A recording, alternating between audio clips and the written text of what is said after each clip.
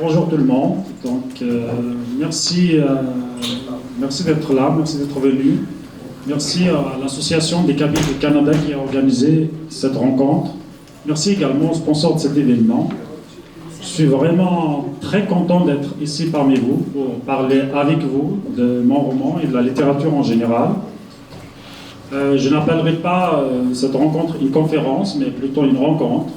On va parler entre nous. Donc j'espère que l'échange sera marqué par donc l'esprit d'échange sera marqué par l'amitié et la convivialité. Je vais vous présenter rapidement le résumé. Je vais parler un petit peu rapidement de mon livre parce qu'il y a des personnes qui l'ont lu, d'autres qui ne l'ont pas encore lu. Il y a eu déjà 2 articles de presse sur le roman, mais j'imagine que tout le monde n'a pas lu ça. Le résumé, c'est l'histoire d'un imam qui arrive dans un village kabyle pour remplacer son confrère décédé. Et il commence tout de suite après, il commence la prédication, séduction, pour imposer sa conception de l'islam. Au début, il ne rencontrera pas d'opposition en tant que telle, hormis les traditions, les coutumes auxquelles les villageois s'attachent. Au fil de l'histoire, il y a une jeune fille qui apparaît et qui comprend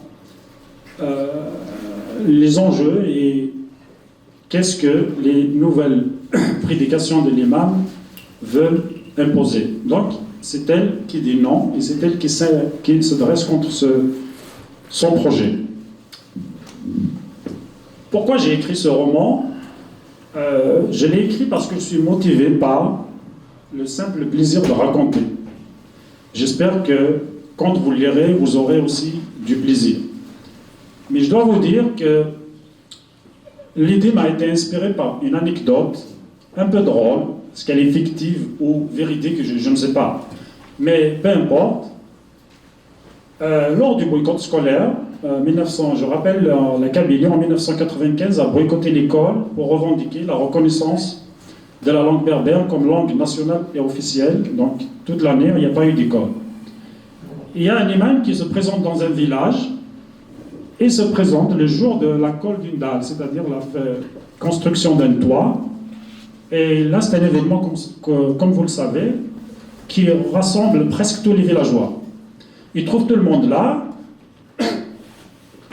et il se présente, on lui souhaite la bienvenue, et tout de suite après, on lui explique les règles au village. Si tu veux vivre parmi nous, donc premièrement, tu dois participer à tous les travaux au village.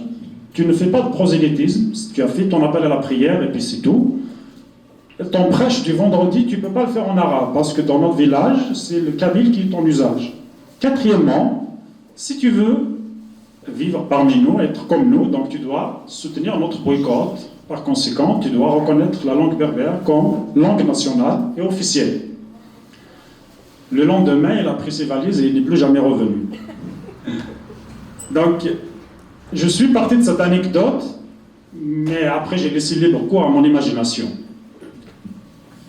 Je peux vous dire, le roman, il est structuré autour d'une question fondamentale qui est, sous une idéologie patriarcale, quelle est la place de la femme? Et par conséquent, quelle est la place de l'amour?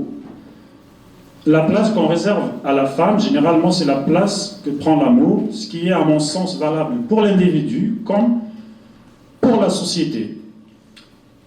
Dans le livre, il y a 2 lignes narratives imbriquées qui essayent de comprendre, qui analysent la situation de la femme, auxquelles se joignent 2 micro-récits qui tentent de comprendre la question de l'amour. Il est très difficile de dissocier ces 2 questions.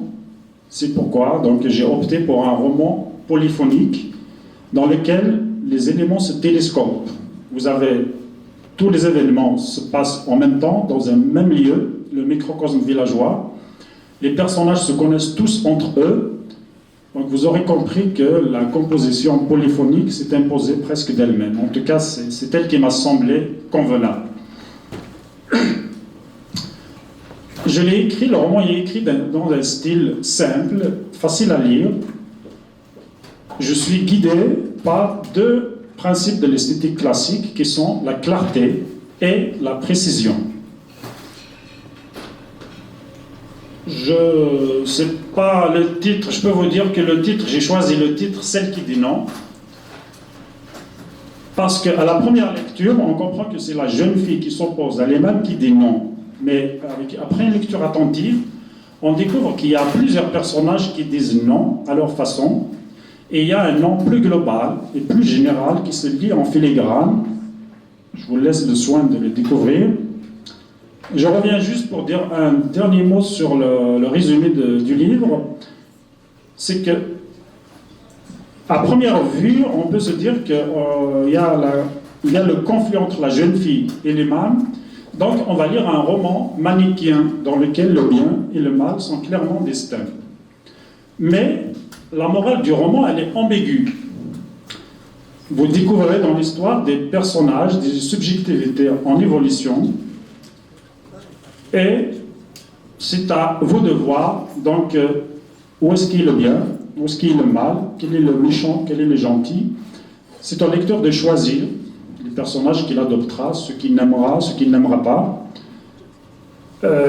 C'est le choix des lecteurs. D'ailleurs, c'est pour ça, Justine, c'est pour ça que je suis avec vous, pour qu'on échange, pour qu'on parle, entendre vos impressions, vos remarques, vos critiques, parce que j'estime qu'à partir de maintenant, le roman ne m'appartient plus. Il est entre vos mains, vous en êtes les dépositaires et vous avez tous les droits en tant que lecteur. Je vous remercie et puis le débat est ouvert.